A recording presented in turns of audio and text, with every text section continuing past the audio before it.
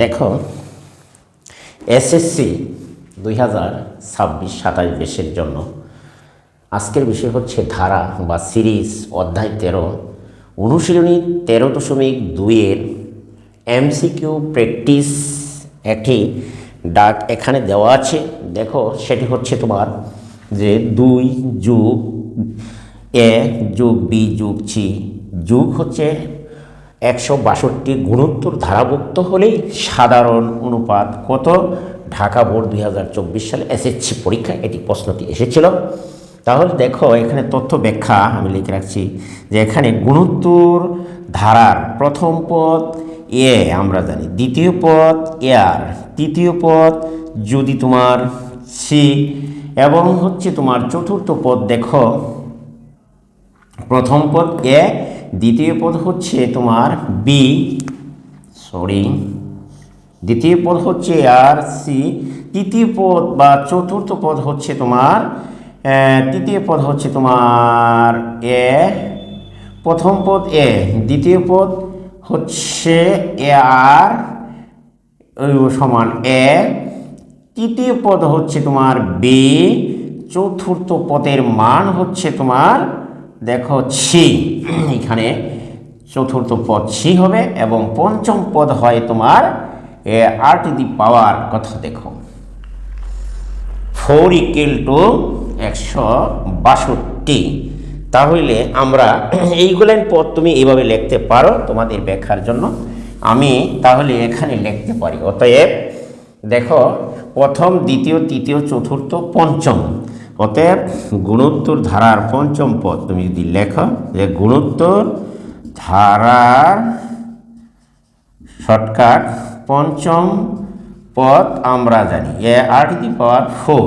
তাহলে 1 নম্বর, 2 নম্বর, 3 নম্বর, 4 নম্বর, এই 5 নম্বর পদের মান সূত্র হচ্ছে এ আর টু দি পাওয়ার 4।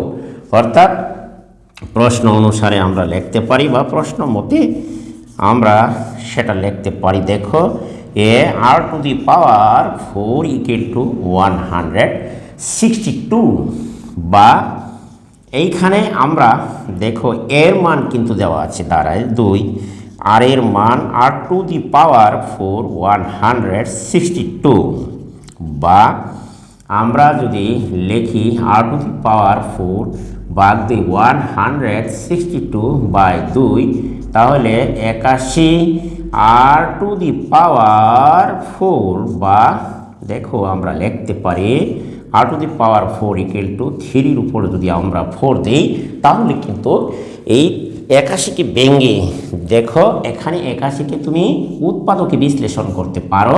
যেমন সূচকের নিয়ম অনুসারে 3 দা ভাগ দিলে 8 আর 1 9, 3 27 81, 3 দা দিলে 3 9 27, আবার যদি 3 দা দাও 3 3 9, তাহলে এর 4টি উৎপাদক আছে 1 2 3 4। তাহলে 3-এর উপর আমরা 4 পাওয়ার দিতে পারি। উভয় পক্ষ থেকে যদি 4 আর 4 পাওয়ার যদি সমান, যেহেতু পাওয়ার কেটে দিতে পারি, অতএব বেস আর = আমরা পেলাম 3। সুতরাং ধারাটির সাধারণ অনুপাত হবে 3। সুতরাং 2 নম্বর অপশনটি হবে তোমার সঠিক উত্তর। আশা করি প্রিয় শিক্ষার্থীরা তোমরা এটি বুঝতেই পেরেছ যে এটি 2 নম্বর অপশনটি হচ্ছে তোমার সঠিক উত্তর। আশা করি যে তোমরা 2 নম্বরের প্রশ্নের উত্তরগুলো তোমরা দিতে পারবে কম। এইগুলাই অপশান যদি তুমি ভালো করে জানো তাহলে আমরা এটি বুঝে নিই। অন্য একটি প্রশ্নে চলো আমরা যাই। তাহলে ওকে, অন্য প্রশ্নে যাও। এখন দেখো যে এইখানে আমরা 1 নম্বর প্রশ্নটি সমাধান করলাম। এখন দেখি যে আরেকটি প্রশ্ন এরকম, যে 2 নম্বরে যে এরকম যদি আরেকটি প্রশ্ন থাকে সেটি দেখো কীভাবে সমাধান করবা। 2xyz দেওয়া আছে, দেখো প্লাস 162, খালি একটু চেঞ্জ এ বি সি এর জায়গায় xy একটু পরিবর্তন করলে যদি তোমরা না পারো তাহলে তোমরা কি আর স্টুডেন্ট নাম দেওয়া যায়। দেখো যে গুণোত্তর ধারার, এইবার ধারাটি দেখো যে গুণোত্তর ধারার চতুর্থ পদ কোনটি? চতুর্থ পদ, গুণোত্তর ধারার চতুর্থ পদ দেখো কোনটি, গুণোত্তর ধারার চতুর্থ পদ কোনটি সেটি বের করতে হবে 1 নম্বরে। এইখানে দেখো এই প্রশ্নটি দিনাজপুর বোর্ডে এসেছিল 2024 সালে। দিনাজপুর বোর্ড 2024 সালে এই প্রশ্নটি এসেছিল। 1 নম্বরের অপশনটি তোমরা দেখে নাও যে এখানে দেওয়া আছে। 1 নম্বরের অপশনটি হচ্ছে তোমার 18, 2 নম্বরের অপশন খ সেটি হচ্ছে 27, 3 নম্বরের অপশন ঘ সেটি হচ্ছে 54, 4 নম্বরের অপশন এখানে হচ্ছে গ 81, এখানে 81 দেওয়া আছে।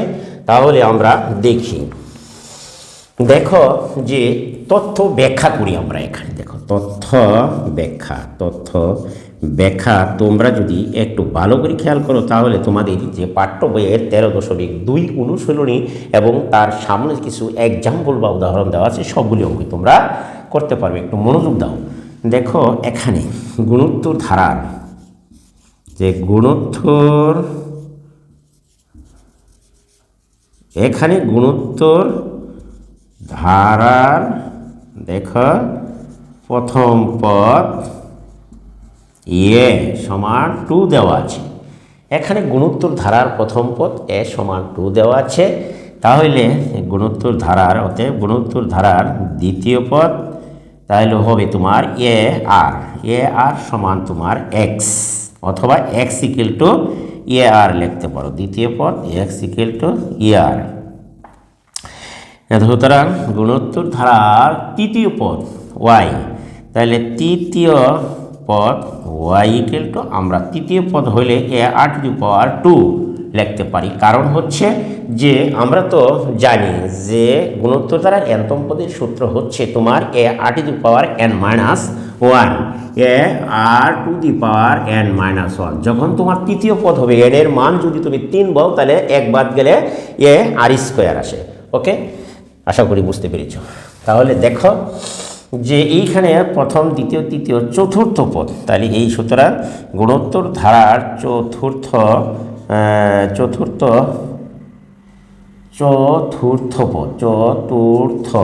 দেখো চতুর্থ পদ এখানে জেড ইকুয়াল টু আমরা লিখতে পারি এ আর কিউব। এবং এই গুণোত্তর ধারার দেখো পঞ্চম পদ আছে দেওয়া এখানে 1, 2, 3, 4, 5, এই 5 নম্বর পদ বা পঞ্চম পদ। এখন এই পঞ্চম পদের মান হচ্ছে তোমার আমরা জানি যে এ আর টু দি পাওয়ার 4। এখানে পঞ্চম পদের মান দেওয়া আছে 162। তাহলে আমরা দেখি প্রশ্ন অনুসারে আমরা লিখতে পারি। দেখো যে পঞ্চম পদ a r to the power 4 equal to 162, বা এখানে আমরা লিখতে পারি এর মান যেহেতু 2 আছে r to the power 4 equal to 1, তাহলে 162 এইখানে আমরা লিখতে পারি r to the power 4 equal to 162 by, তাহলে আমরা ভাগ করলে পাই 81 আমরা পেলাম। তাহলে আমরা যদি আর এর মান বের করি তাহলে আর এর মান হচ্ছে আর টু দি পাওয়ার 4, এই 81কে আমরা লিখতে পারি 3 উপর 4। উভয় পক্ষ থেকে যদি এই সম পাওয়ার অর্থাৎ আর এর উপর আছে আর টু দি পাওয়ার 4, 3 উপর আছে এই 81কে বাংলে পূর্ববর্তী যে অঙ্ক করেছিলাম সেটার মধ্যে কিন্তু আমি বলেছিলাম যে 3 উপর 4 দিলে 81 হয়। তাহলে উভয় পক্ষে 4 কাটা, সুতরাং আর এর মান বা সাধারণ অনুপাত পেলাম আমি তোমার 3।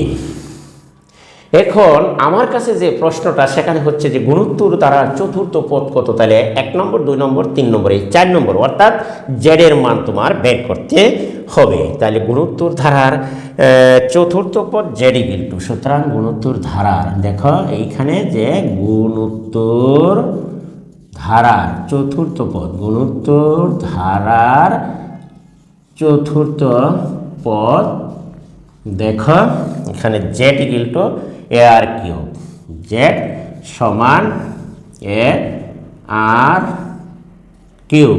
তাহলে আমরা লিখতে পারি এর মান যেহেতু 2 আর এর মান আমরা পেলাম এখানে 3, তাহলে আমরা লিখতে পারি 3 এর উপর 3 কিউব দিলে 3টা 3 গুণ করলে 27, 27 দুগুণে 54। অতএব আর এর মান আমরা পেলাম 54। আশা করি প্রিয় শিক্ষার্থীরা তোমরা অঙ্কটি বুঝতে পেরেছ। এই 3 নম্বরের অপশনটি তাহলে হচ্ছে তোমার সঠিক উত্তর। ওকে, দেখো যে বোঝা গেছে কিনা। যদি বোঝা না যায় তাহলে তোমরা কমেন্ট বক্সে কমেন্ট করে জানিয়ে দিবা। ওকে, তাহলে চলো আমরা অন্য আরেকটি প্রশ্নের সমাধান করার জন্য যাই। দেখো এবার তাহলে আমরা এটি মুছে নিতে পারি। ওকে, এই আমরা এটি মুছে নিলাম।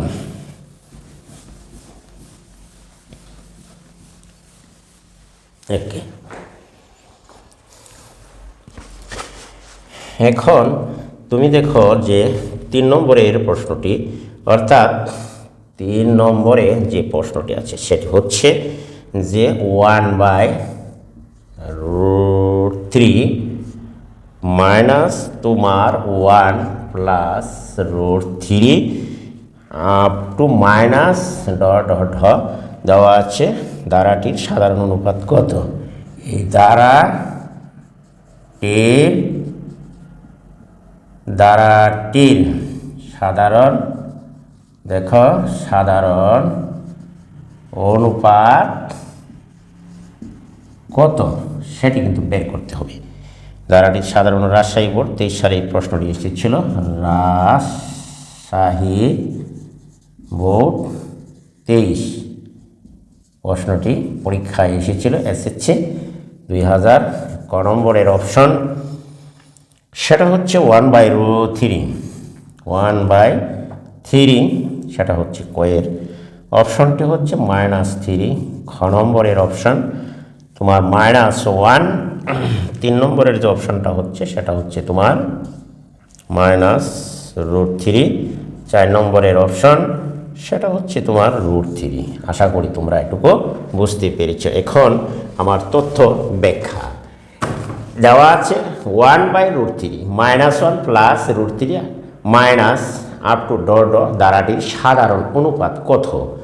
অর্থাৎ সাধারণ অনুপাত বের করতে হবে। এখানে তথ্য ব্যাখ্যা দেখো, তথ্য ব্যাখ্যা আমরা জানি এখানে তো শর্টকাট করো। দ্বারার প্রথম পদ বলো যে a = তোমার আছে দেওয়া প্রথম পদ 1/√3, তাহলে দ্বারাটি প্রথম পদ 1/√3। সুতরাং সাধারণ অনুপাত আমরা লিখতে পারি যে সাধারণ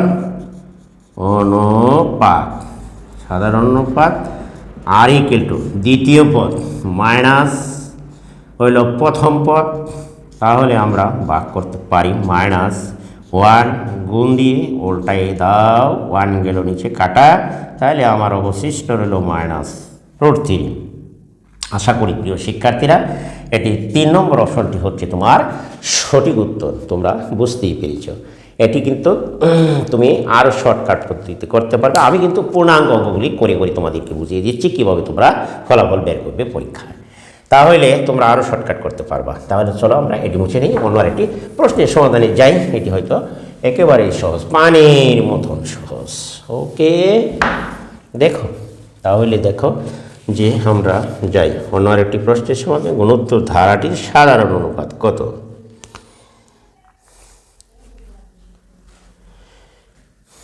দেখো 4 নম্বরের যে প্রশ্নটা হচ্ছে তোমার 2 প্লাস 2, একটা মাইনাস একটা প্লাস, -2 প্লাস 2 -2, আবার হচ্ছে তোমার +2 মাইনাস ডট ডট সাদা ধারাটির গুণোত্তর ধারাটির সাধারণ অনুপাত কত? দেখো যে গুণোত্তর ধারাটির সাধারণ অনুপাত কত সেটি কিন্তু তোমাকে বের করতে হবে।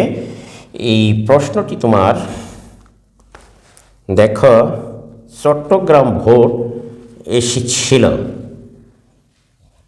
23 সালে, চট্টগ্রাম বোর্ড। সো বোর্ড 2023 সালে প্রশ্নটি কিন্তু এসেছিল। ক নম্বর দেখো এখানে অপশন দেওয়া আছে -4। খ নম্বরের যে অপশন সেটা কিন্তু তোমার দেওয়া আছে -1। তোমার অপশন দেওয়া আছে -1। তারপরে হচ্ছে তোমার ঘ 1 নম্বর, 3-এ আছে 1, 4-এ আছে অনলি 4, তাহলে 4 নম্বর অপশনটি হচ্ছে 4। এখন আমরা দেখি যে এটি কিন্তু দেওয়া আছে এখানে ব্যাখ্যা দেখো তথ্য যে এখানে একটি ধারা দেওয়া আছে -2 +2 -2 আবার +2 আপ টু গুণোত্তর ধারাটির সাধারণ অনুপাত কত, মানে তার মানে হচ্ছে এখানে তোমার আর এর মান বের করতে হবে। তাহলে তথ্য ব্যাখ্যা দেখো, তথ্য ব্যাখ্যা, হ্যাঁ এইখানে ধারার প্রথম পদ, এখানে তোমার আমি দিচ্ছি সাজে যে গুণোত্তর, এখানে গুণোত্তর ধারার প্রথম পদ -2 এ সমান -2 এবং গুণোত্তর ধারার দ্বিতীয় পদ দেখো, দ্বিতীয় পদ সমান হচ্ছে তোমার 2। দ্বিতীয় পদের মান হয় কিন্তু এর সমান হচ্ছে তোমার 2, এ আর = হচ্ছে 2। তাহলে এই ধারাটির সাধারণ অনুপাত, সুতরাং ধারার সাধারণ অনুপাত, সাধারণ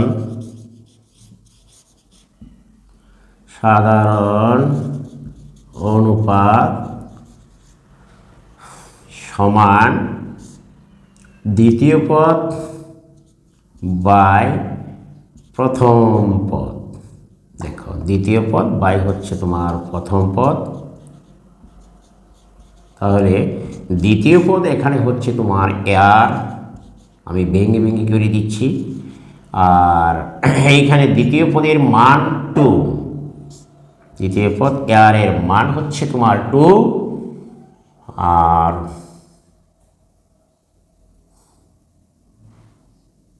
আর এর মান হচ্ছে তোমার -2। তাহলে ভাগ দিলে -1, তাহলে আশা করি তোমরা এটি বুঝতেই পেরেছ যে সাধারণ অনুপাত এখানে আর এর মান বের হয়েছে তোমার -1। তাহলে 2 নম্বর অপশানটি হচ্ছে তোমার সঠিক উত্তর। এটি কিন্তু আমি তোমাদের বোঝার জন্য মানে একবারে ভেঙে করে দিয়েছি, তুমি কিন্তু শর্টকাট তাড়াতাড়ি যদি বের করতে চাও পরীক্ষা, তাহলে আমাদের সাধারণ অনুপাত, সুতরাং r আমরা জানি এখানে দ্বিতীয় পদ হচ্ছে তোমার 2, প্রথম পদ -2, একেবারে 1 সেকেন্ডের মধ্যে উত্তর মোটামুটি বের করে ফেলতে পারবো -1, এটি হলো 1। আমি এটি তোমাদের বোঝার জন্য ভেঙে করে দিয়েছি। তোমরা যদি প্রথম পদ দ্বিতীয় পদ যদি পরিষ্কার বা ক্লিয়ারভাবে জানা থাকে তাহলে তোমরা এই শর্টকাট পদ্ধতিতে তাড়াতাড়ি করে তোমরা অপশনটি দাগিয়ে ফেলবো। ওকে, তাহলে আশা করি যে তোমরা এটি বুঝতে পেরেছ। তাহলে আমরা যাই অন্য আরেকটি প্রশ্নের সমাধানে। চলো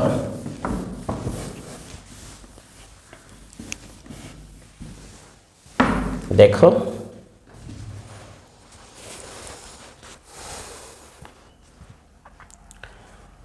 5 নম্বরের দেখো এমসিকিউ প্রশ্নটি হচ্ছে 1/√7 -1 প্লাস তোমার √7, এটি কিন্তু দেওয়া আছে, আবার -... অনুক্রমটির এখানে মাইনাস নেই, কইতেছে সাধারণ অনুপাত কত, অনুক্রমটির সাধারণ অনুপাত কত, অনুপাতটির সাধারণ অনুপাত কত। এখানে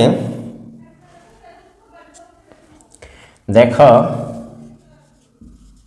ধারার প্রথম পদ 1/√7 √7। দ্বিতীয় পদ দেখো প্রথম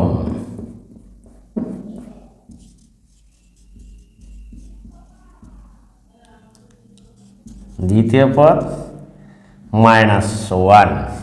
তাহলে সাধারণ অনুক্রমটি সাধারণ অনুপাত, সাধারণ, সুতরাং সাধারণ অনুপাত আর ইকুয়াল টু হবে দ্বিতীয় পদ বাই হবে তোমার প্রথম পদ। তাহলে আমরা প্রথম অপশানগুলো লিখে নাও। দেখো এখানে কিন্তু 4টি অপশান দেওয়া আছে। 4টি অপশানের মধ্যে একটা আছে তোমার প্রথমটা 1/√7, তারপরে খ নম্বরে হচ্ছে তোমার দেখো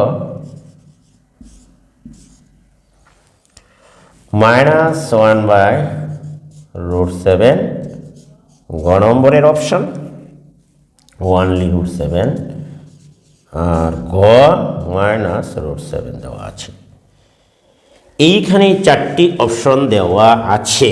তাহলে আমরা কিন্তু এখানে দেখতেই পাচ্ছি যে প্রথম পদ হচ্ছে 1/√7, দ্বিতীয় পদ -1।